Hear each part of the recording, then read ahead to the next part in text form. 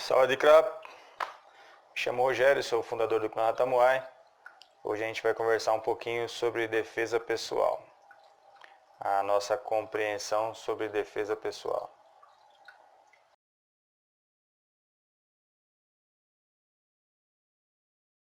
O tema de hoje é defesa pessoal. Esse tema geralmente ele é levantado pela questão de sempre é defendido nos treinos que a gente não deve brigar na rua, a gente não deve fazer uso das técnicas que a gente aprende na rua, salvo em defesa pessoal. Porém, fica a dúvida, quando é que se caracteriza a defesa pessoal? Quando é que se justifica utilizar as técnicas de luta em legítima defesa? O que é a legítima defesa?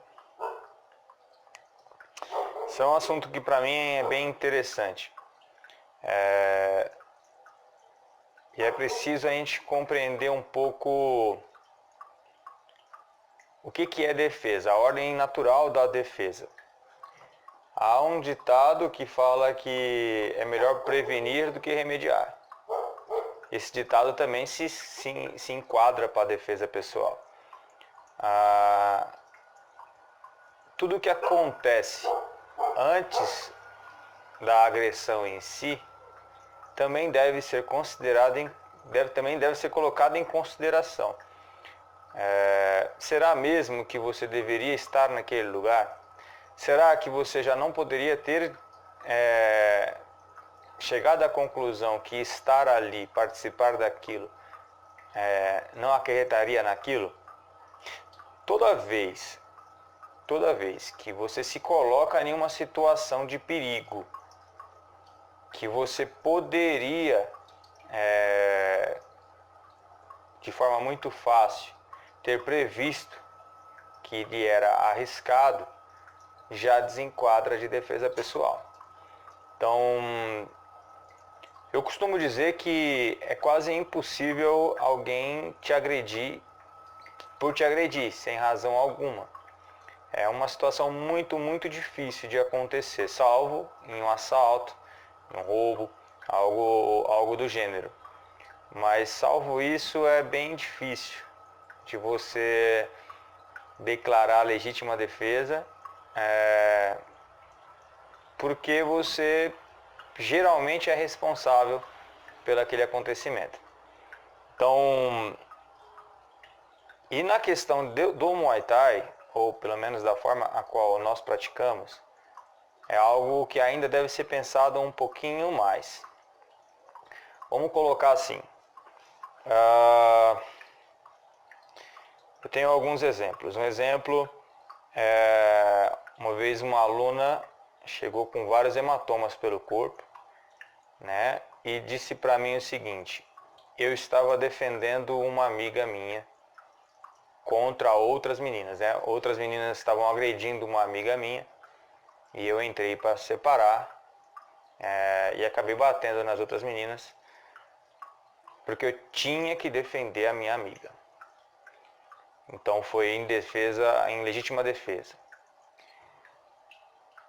Sobre essa declaração, a minha primeira interrogação foi o seguinte: quando foi isso? Quando que isso aconteceu?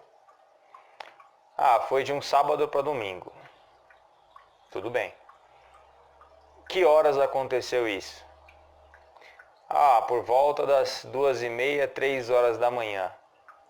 Então, olha só, de um sábado para um domingo, das 2h30 da manhã, entre 2h30 e 3 horas da manhã, madrugada.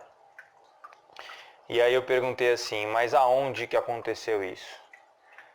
Aconteceu no bairro tal, um bairro de periferia daqui.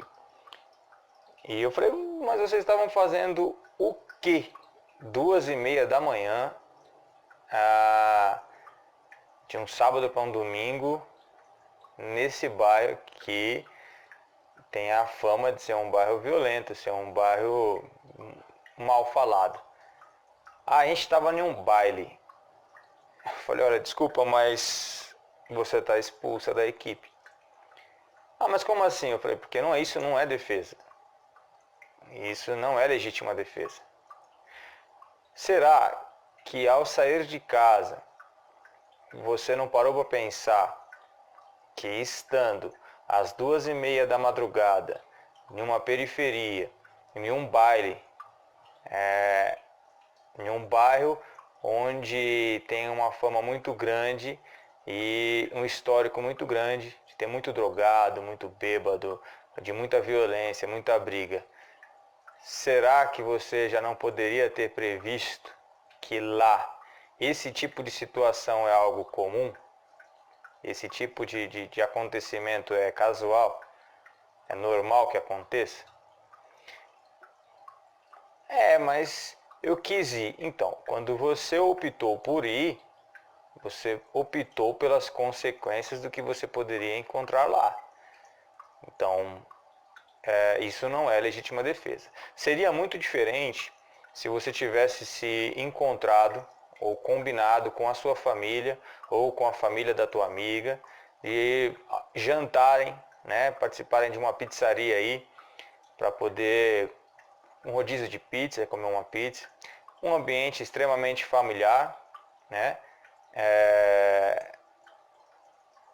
onde não se imagina, não se espera que vai rolar briga, vai ter gente bêbada, vai ter gente drogada lá no meio. Não se espera isso de um rodízio de pizza, né? Num jantar com a tua família. E aí, por algum motivo lá, que não fosse causado por você ou por sua amiga, tivesse acontecido um ato de violência, um ato de agressão e você tivesse entrado no meio. Aí sim, caracterizava uma defesa pessoal. Indiferente do que você fizesse daí para frente, mas seria defesa pessoal. Então a gente tem que pensar um pouco que a defesa começa nas suas próprias escolhas, nas suas próprias decisões.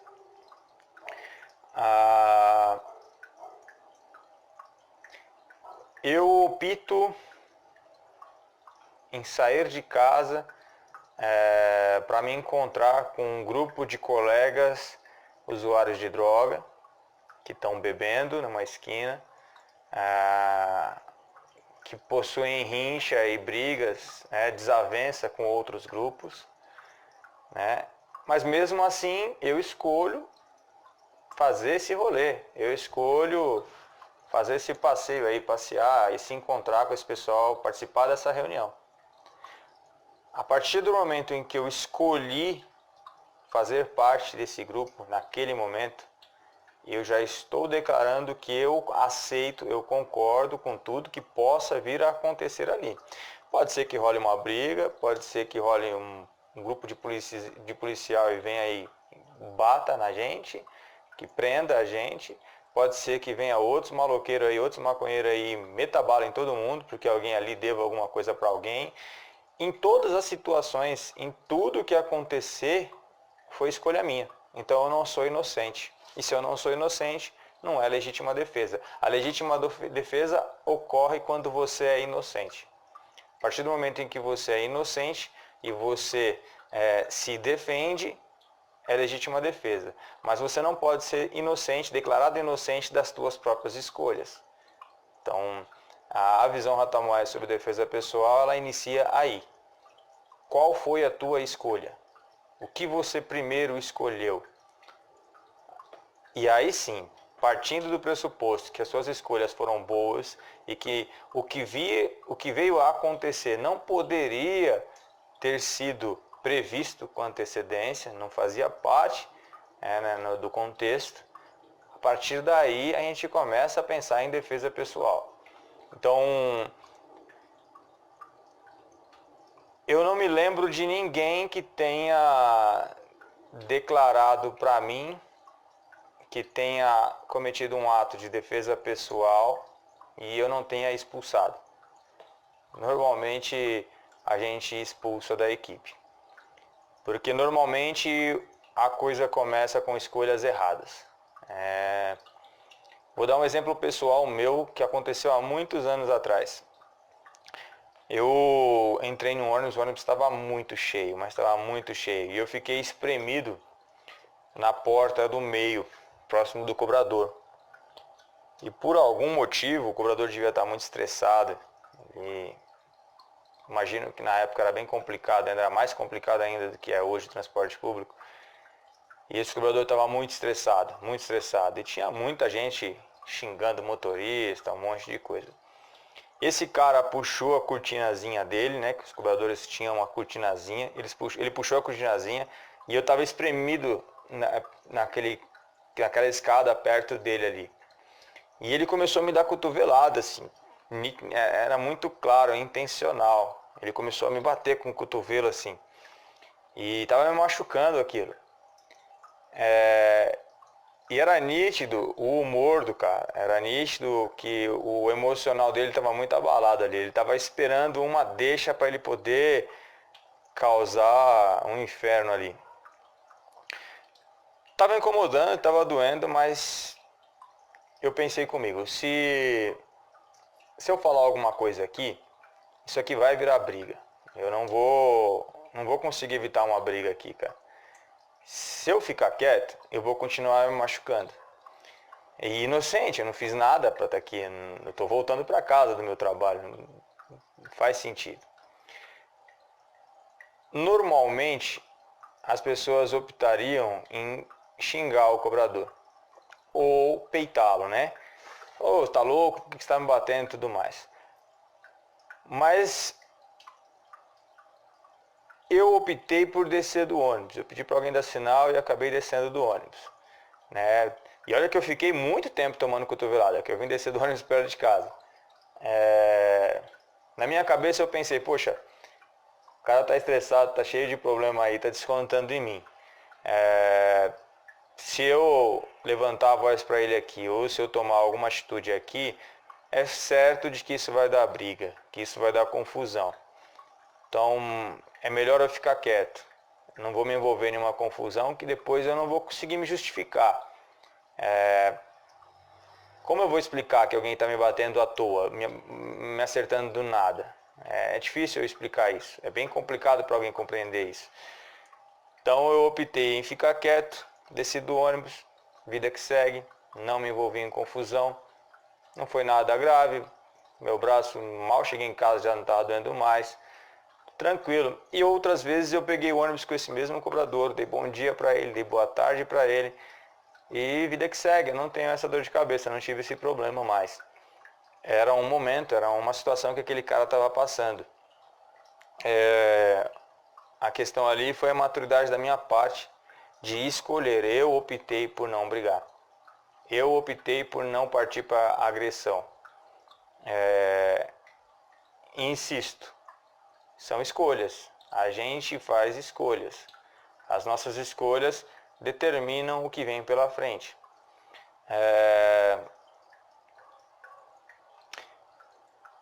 Tive exemplos de um aluno uma vez que falou que um cara na escola ia bater nele no final da aula. E que ele não ia ter jeito, ele ia ter que bater no menino. Ele ia ter que se defender, né?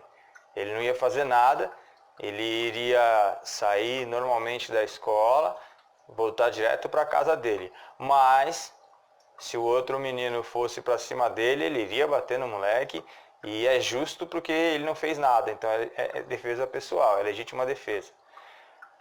Mas aí a gente vai puxar um pouco o histórico do porquê que esse outro moleque quer bater nele. E aí conversando com ele, eu descobri que ele mexeu com a menina do outro cara. A partir desse momento, já não é mais defesa, porque foi você que ocasionou o problema. Foi você que ocasionou a dor de cabeça. Defesa pessoal, nesse tipo de assunto, não seria uma defesa física. Defesa pessoal seria você conversar, dialogar e chegar num bom senso com o cara. Partir para a ignorância, você já perdeu sua razão. Não é mais defesa porque você não é inocente daquilo que você ocasionou. Pô, o cara quer me matar, mas quer te matar por nada ou você fez alguma coisa? Você gerou esse sentimento, você gerou essa intenção nele. Não, eu que gerei, então já não é mais defesa. Então, a sua defesa aí é tentar remediar a situação para que isso não aconteça. Mas você partir para a agressão já não é mais defesa. Já por outro ponto de vista, se alguém entra na minha casa para me assaltar, para roubar a minha casa, e eu tenho a oportunidade de render esse indivíduo, eu tenho a oportunidade de reagir, eu já entendo que não foi algo ocasionado por mim, não foi algo que eu intencionalmente causei, não foi uma escolha minha, foi uma escolha dele. Então, nesse caso, se justifica a defesa pessoal. E a defesa pessoal, com o uso do Muay Thai, com o uso de uma arte marcial de destruição, que também é interessante essa diferença. Por exemplo, o Jiu-Jitsu. O Jiu-Jitsu é uma arte de submissão, onde você submete seu adversário a uma situação onde ele não é capaz de continuar, então ele se entrega. O Muay Thai não tem essa característica. A característica do Muay Thai é destruir. Eu tenho que demolir o meu adversário. Não tem uma chave que eu imobilize meu adversário ali e peça para ele pedir desculpa. Tem socos, tem chutes, tem cotoveladas, tem joelhadas. Todos os golpes são traumatizantes. Todos os golpes são golpes de impacto com o objetivo de traumatizar, de machucar. Então, quando você faz uso dessa arte para se defender, quando você usa essa arte para reagir a uma agressão, não existe a possibilidade de você imobilizar ninguém. Não existe a possibilidade de você submeter alguém a pedir desculpa. Você vai reagir para machucar. Isso é a minha visão, uma visão Hatha Muay da coisa. Se eu tiver que reagir a um assalto para imobilizar o meu agressor, eu nem reajo. Ele leva tudo e vida que segue. É melhor nem reagir. Se alguém vier me assaltar e passar pela minha cabeça que eu devo reagir, que naquele momento eu estou em boas condições de reagir, eu vou agir em cima das técnicas as quais eu me preparei a minha vida inteira, das quais eu treino a minha vida inteira.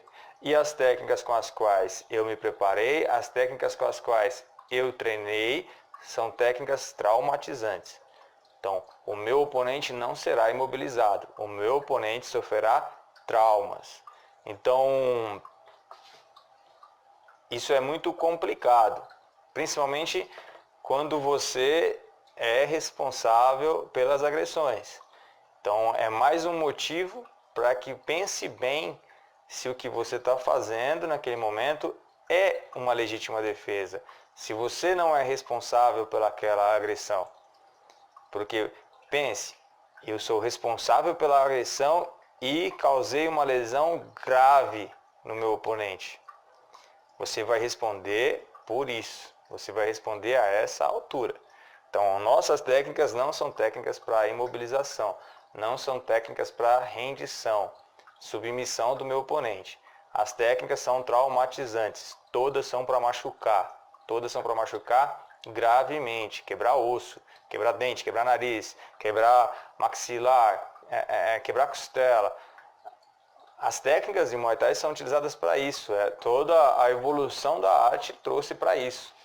Então, em cima de um ringue, com regras, com uma arbitragem, protegendo o atleta em cima das regras, é muito comum que se tenha ossos quebrados, que se tenha rosto cortado, nariz quebrado, quase sempre tem sangue. E ali regras onde dois atletas se conhecem na maioria dos casos são amigos, se respeitam, tem às vezes centenas de pessoas acompanhando ali, família envolvida, família por perto, e as pessoas saem toda cortada do ringue, muitas vezes com parte dos corpos aí quebrado. Imagina esse mesmo atleta na rua, em uma situação real, sem regra, sem testemunha, sem ninguém mais qualificado que ele para poder reagir. Então, a consequência dessa reação não vai ser pequena. A consequência dessa reação vai ser grave. Então, é importante que, ao tomar essa atitude, esse atleta não seja responsável pelo que está acontecendo ali, e sim, esteja realmente se defendendo. No caso das mulheres, que normalmente têm uma força inferior aos homens, qual a melhor maneira de se sobressair nessa situação? Que a cara minha esposa está perguntando que normalmente a mulher tem uma força inferior ao dos homens. E qual seria a melhor maneira de sobressair nessa situação? Insisto, o primeiro ponto é não se colocar nessa situação. É não se colocar nessa situação. Então, e não serve só para mulher não, hoje em dia serve para ambos os sexos. Mas, pense bem, se você tem a possibilidade de sair durante o dia, com bastante movimento nas ruas e tudo mais, para que vai sair de noite? Eu dou exemplo até para as meninas e para os meninos que treinam aqui. Se você tem a oportunidade de sair na rua para correr em grupo durante o dia, por que você vai escolher correr 9 horas da noite sozinha no escuro? Não faz sentido nenhum, é uma escolha sua. Mas também é um direito. Também é um direito, mas a gente não pode se esquecer que os nossos direitos dependem muito da nossa cultura. E nós estamos dentro do Brasil. E aqui no Brasil a cultura é uma zona. É bem complicado. Então você também tem que adaptar os seus direitos em cima da cultura do local. Não é comum. Essas escolhas dizem muito.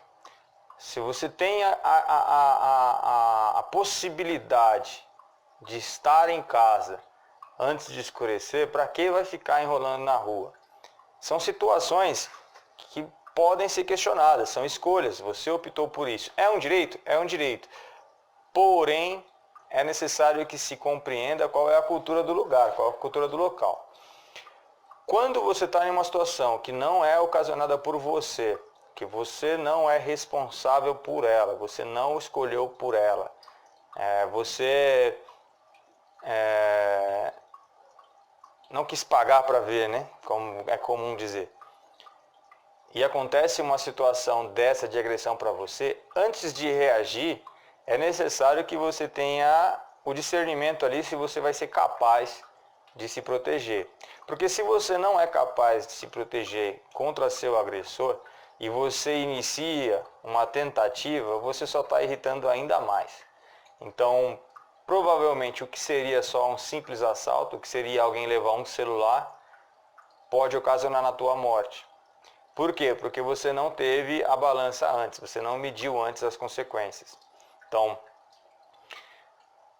você reage a uma situação de defesa, ali onde você precisa se defender, mediante as suas condições. É a parte mais inteligente aí.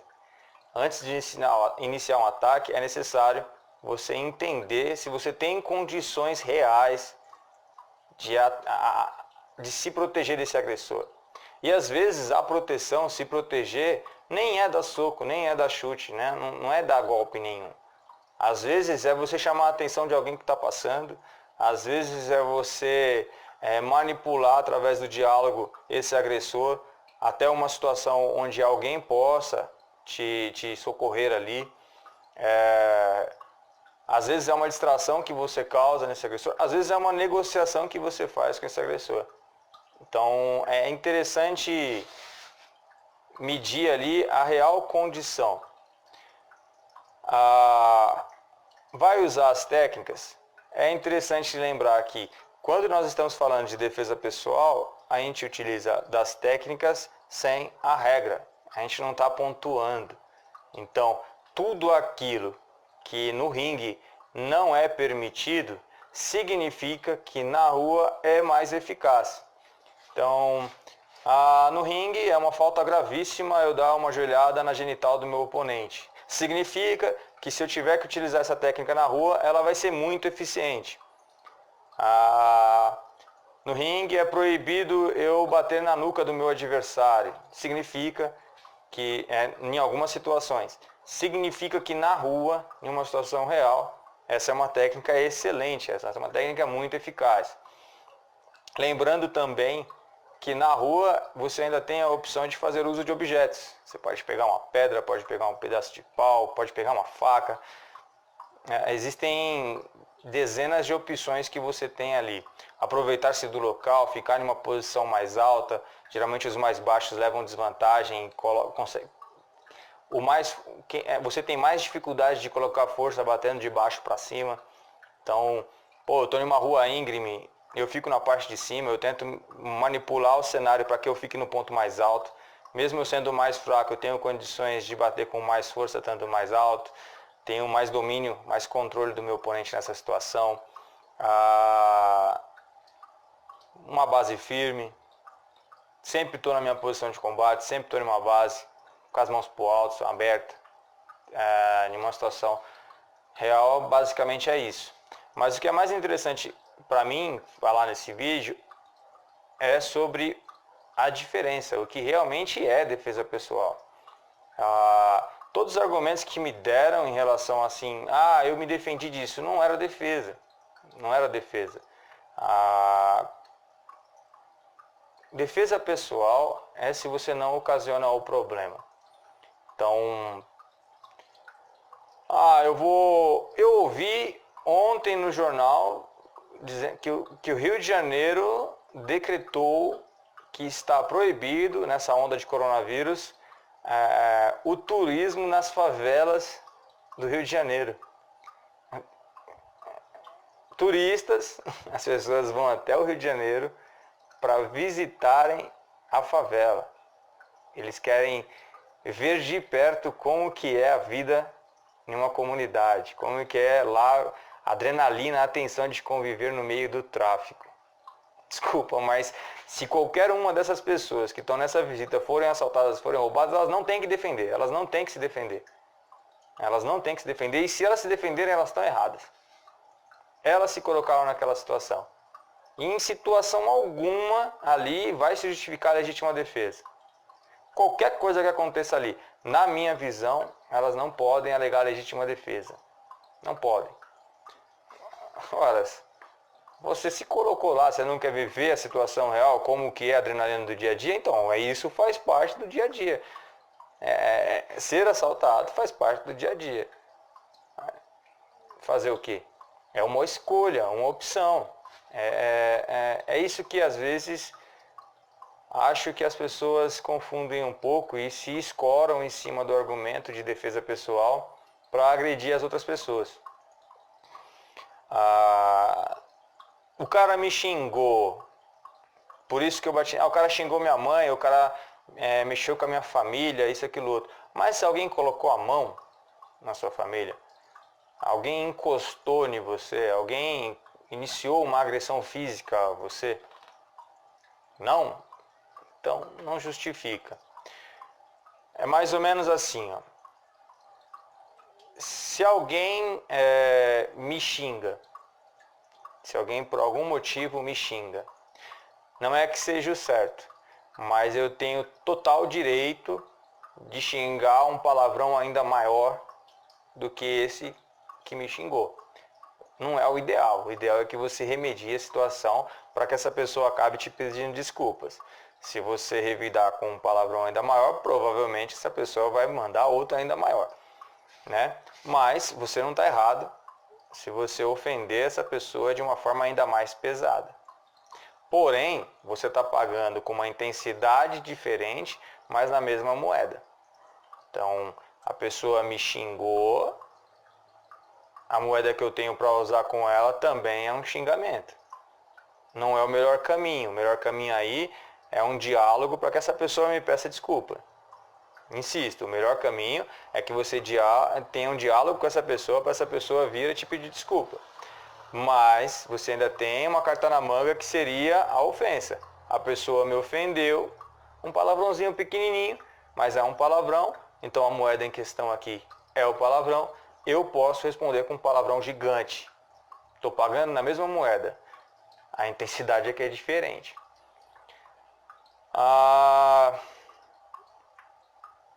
Alguém me atacou uma pedra, uma pedrinha de construção. Eu ataco um tijolo. Estou pagando com a mesma moeda. A intensidade é que é diferente, mas a moeda é a mesma. Também não é o melhor caminho, mas é a mesma moeda. Alguém me xingou e eu atirei uma pedra nessa pessoa, eu sou o responsável pela agressão física aqui. Então eu não posso dizer que estou me defendendo.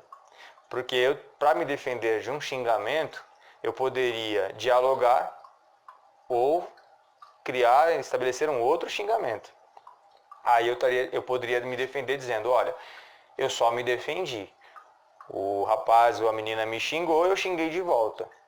O rapaz ou a menina me xingou e eu dialoguei, conversei e resolvi a situação. Eu me defendi. O rapaz me xingou e eu taquei uma pedra nele.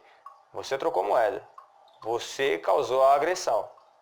O outro rapaz tem total direito de agredir você fisicamente e ele sim está se defendendo. Olha que loucura. Ele me xingou primeiro, então eu devolvi uma pedrada nele, ele veio e me bateu e ele estava se defendendo.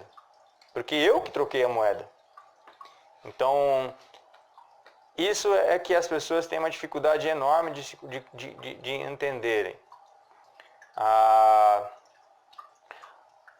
Alguém veio, entrou na minha casa e apontou um revólver para mim, para minha esposa ou para os meus filhos.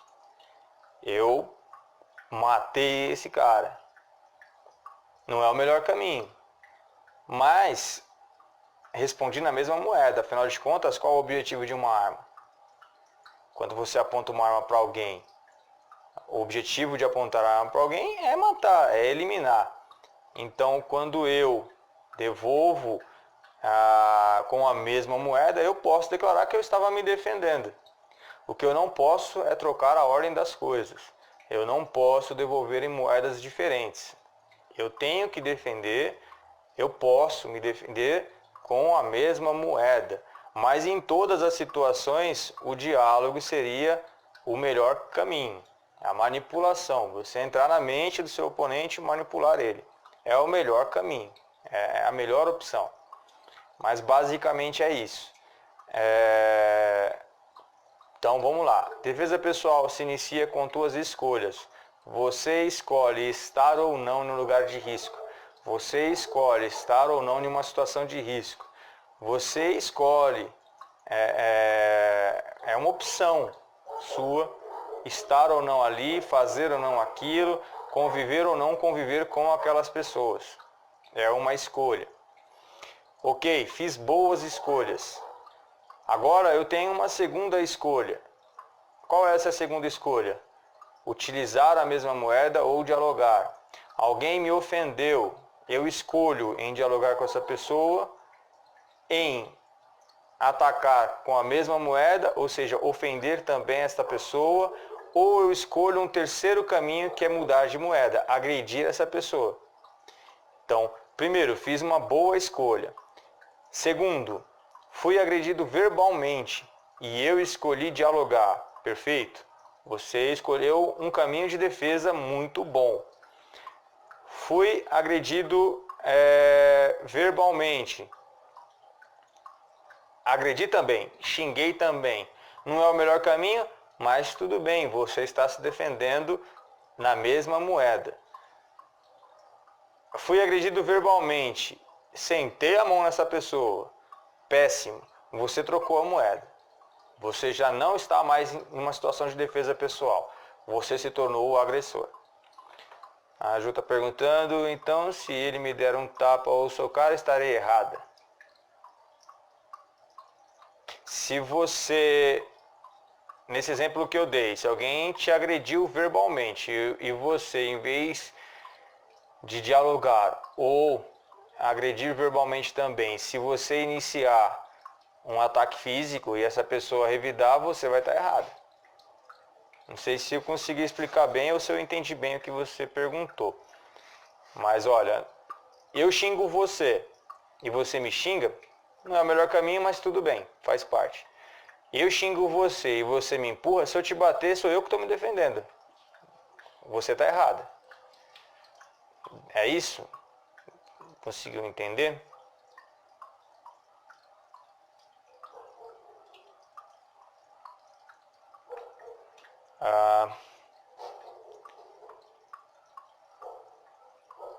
O pior movimento, o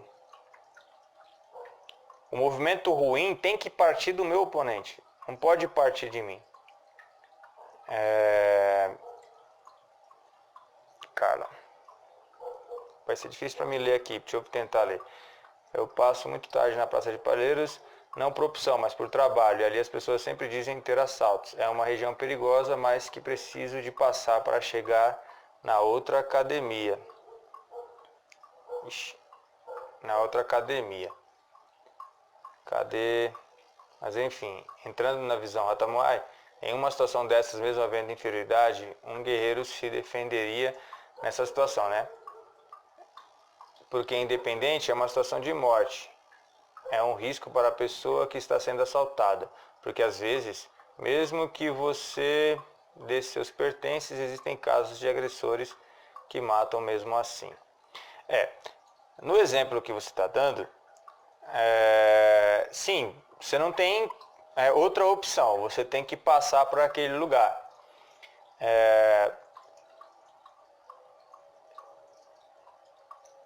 Mas existem algumas opções ao passar por esse lugar. Você pode passar diretamente para o seu ponto de chegada, para o lugar onde você está, sem fazer pausas, sem ficar perdendo tempo. Você pode passar ali sabendo que ali é uma situação de risco, sabendo que ali é um lugar onde as pessoas assaltam, onde as pessoas roubam, sabendo que existem pessoas mal intencionadas ali. Você pode também passar sem colocar os seus pertences à vista. Você pode passar com seus pertences escondidos. É uma escolha tua também. Não quer dizer que não é um direito seu utilizar os seus pertences ali, mas é uma escolha tua também deixá-los à vista ou não. Na questão que você levantou, da palavra guerreiro, o guerreiro não é que ele se sente obrigado a lutar, mas o guerreiro se obriga a lutar quando ele escolhe suas lutas, ele escolhe suas batalhas. Como que é feita essa escolha? Eu vou passar por um lugar de risco, porque eu tenho que passar por ali, eu não tenho outra opção. Então eu vou passar por ali. Mas eu vou fazer o possível para passar por ali de forma invisível. Vou passar por ali de forma que ninguém me note. Nos tempos atuais, eu vou passar com o meu celular dentro do meu bolso, eu vou passar com relógio por debaixo da minha blusa, não vou passar ali olhando para o céu, parando para ler placas. Eu sei o caminho, então eu vou passar por ali, vou fingir que não vi ninguém, ninguém me viu. Passei, depois que eu passei pelaquela zona de perigo, aí eu volto às minhas atividades normais. Um guerreiro faria isso. Ainda nessa situação, ainda nestas condições, havendo o assalto, havendo a tentativa de agressão ali, aí o guerreiro ele analisa quais são as condições dele se sair bem nessa situação.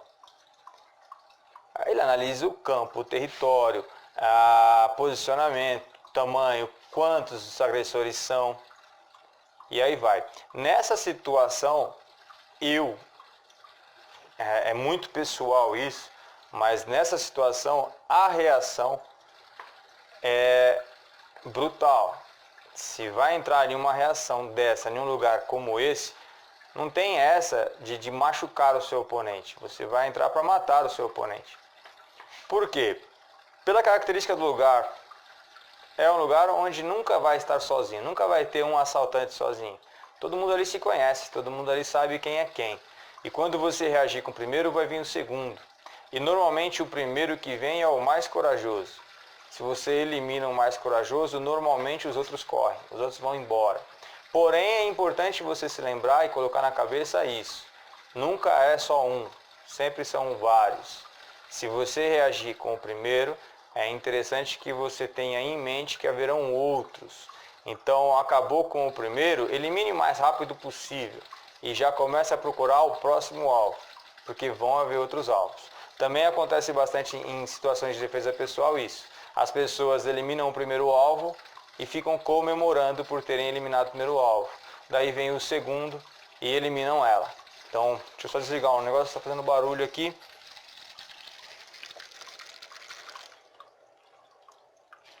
Pronto. Então é interessante observar algumas coisas desse gênero. Não é apologia, nem é incentivo, nada disso. É uma declaração do que eu faria. Eu, seja lá qual for a situação de defesa pessoal, que não tenha sido ocasionada por mim, sempre vou reagir para matar meu oponente. Sempre. Sempre, sempre, sempre, sempre, sempre. Qualquer situação, se eu estiver em um ponto de ônibus e alguém apontar uma faca para mim, um revólver para mim, ou tentar me bater para tomar 10 centavos meu, eu vou reagir para matar esse oponente. Por quê? Não estou recomendando nem estou falando que vocês devam fazer isso, mas é o meu ponto de vista. Dentro da nossa cultura, dentro da nossa sociedade, se um cara, um estuprador hoje, estuprar uma criança de 3 anos, for preso em flagrante, ele vai passar no máximo 5 anos preso. Ele não vai ser solto, ele não vai ficar preso lá para a vida toda, ele não vai mofar lá dentro. Eu vou continuar no mesmo endereço, vou continuar no mesmo lugar. Então eu prefiro eliminar o meu oponente. Já está perguntando, estamos muitas vezes em desvantagem, pois quando a outra pessoa sabe que praticamos alguma arte marcial, parece que faz de propósito para testar a nossa paciência. Como proceder em um caso assim? Como proceder em um caso assim? Legal. Isso também é outra coisa muito bacana, que bom que você citou. Para que as outras pessoas precisam saber que você pratica arte marcial? Essa já é uma grande interrogação. Eu fico às vezes admirado com a idiotice das pessoas andando. Às vezes eu vou a alguns terminais, terminal Grajaú, terminal Varginha, vira e mexe. Se você observar, você vê algumas pessoas andando de shorts de Muay Thai, pegando ônibus como se fosse shorts de passeio. Aquilo chega a ser ridículo. Short de Muay Thai é um short curto, que tem a boca das pernas extremamente largo, não tem bolso, é algo específico para um treino, para uma luta. Não é um short de passeio. É direito, é opcional de cada um usar, mas é ridículo ver esse tipo de coisa. Luvas penduradas no ombro. Às vezes o cara tem uma semana de treino, tá lá com as luvonas penduradas no ombro e tudo mais. Desnecessário isso. As pessoas não precisam de saber que você pratica nada. As pessoas não precisam de saber que você é lutadora. Às vezes você vê um pessoal com camiseta de Muay Thai assim, andando estufado, peitão estufado, andando para um lado e para o outro, olhando feio para as pessoas. Isso são características de pessoas bem imbecis, não de lutadores. Não faz parte da filosofia da arte marcial isso. As pessoas iniciaram o princípio das artes marciais, o princípio das lutas. As pessoas começaram a praticar as lutas para poderem ter qualidade de vida melhor. As pessoas começaram a praticar lutas para aumentarem sua resistência, aumentarem sua saúde, terem mais força e se defenderem de possíveis agressores. mas o objetivo de tudo era melhorar as suas condições de vida. Seu humor, tudo muda quando você começa a treinar. A coisa ficou distorcida. As pessoas fazem questão de dizer que lutam com o objetivo de que as outras pessoas a respeitem, a tenham medo. Respeito se ganha dando bom dia para o seu vizinho. Respeito se ganha ajudando uma senhora a carregar uma sacola. Respeito se ganha tratando bem seus familiares, tratando bem seus colegas, se vestindo bem, sorrindo, não descontando nos outros seus problemas pessoais. Seus problemas da sua casa, fica dentro da tua casa, fica com a tua família ali. Cara feia na rua é alguém que está passando por problemas. Não é... Pra mim, quando eu vejo alguém fortão, bombadão, com aquelas camisas que não é camisa, né? Pra mim é só duas linhas aqui que abre e vem até a barriga aqui. Pra mim aquilo é coisa de WWE. Mas aquele negócio ridículo. Os peitão estufado, todo trincado, duas luvas jogadas nas costas, olhando feio pra todo mundo que vê. Pra mim, esse cara, essa menina tem algum problema muito sério, tá passando por deve estar com câncer, sei lá, com alguma coisa muito grave aí, porque não justifica, né? Pra mim, cara feia dessa forma. Assim. Geralmente o pessoal fala cara feia é fome. Por quê? Porque fome representa um problema gravíssimo. Então quem está com mau humor, com cara feia na rua, deve estar passando por algum problema. Não me traz medo, eu não consigo ver medo nisso. Ninguém precisa saber que você é um competidor, que você é um atleta, que você pratica uma arte. E aí entra no que eu falei anteriormente no seu posicionamento. É claro que as pessoas vão querer testar aquilo que você está jogando na cara delas. Ora, eu chego dentro de uma sala de aula, é um exemplo de escola. Eu entro dentro de uma sala de aula e digo para todos os meus coleguinhas da sala: olha pessoal, eu estou treinando Muay Thai e o negócio lá é pesado e não mexe comigo não, hein? Que se mexer vai encontrar. Caramba, é meio natural que as outras pessoas fiquem curiosas. Será mesmo que você aguenta tudo isso? Será mesmo que você é tudo isso mesmo? Uma hora ou outra, alguém vai querer testar o seu potencial mediante aquilo que você está apresentando. Ora, quem causou esse interesse?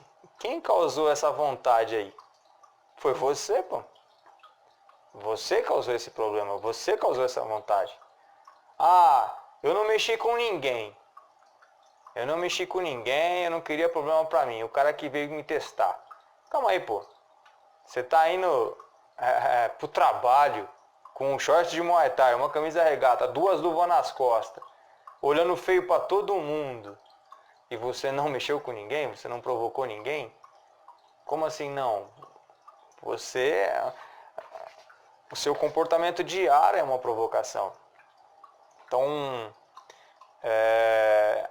nisso também se enquadra como não defesa pessoal. Não faz sentido. Ora, você não queria tanto mostrar para o mundo que você é um atleta? Você não queria tanto mostrar no mundo que você pratica Muay Thai? Então, encontrou alguém que quiser, pô. Finalmente, você devia agradecer. Você encontrou alguém que quis testar suas habilidades aí. Então, se eu já usei o Muay Thai para me defender, nunca. Nunca usei o Muay Thai para me defender. Na minha vida inteira, eu fui militar, né? Fui da aeronáutica, então eu não vou contar referente a essa parte. Porém, de forma civil, uma única vez na minha vida, alguém sofreu uma tentativa de assalto perto de mim. Alguém que trabalhava comigo, né? Na época eu trabalhava em uma farmácia, a gerente farmacêutica saía no mesmo horário que eu. Isso era lá na Praça da Sé. Um garoto, devia ter aí uns 14, 15 anos, sei lá. Era um garoto. Apontou uma faca para ela, para tentar roubar a bolsa dela. Eu nem conversava muito com ela, a gente trabalhava junto, mas a gente nem conversava e ela acho que nem tinha percebido que eu estava próximo. Mas eu vi a situação, eu peguei um pedaço de pau e quebrei o braço desse moleque e bati um pouquinho mais nele. Eu só não bati mais nele no chão porque ela não deixou, mas eu ia matar aquele moleque na paulada. Foi a única situação que eu me vi real, né, na rua. Foi a única situação.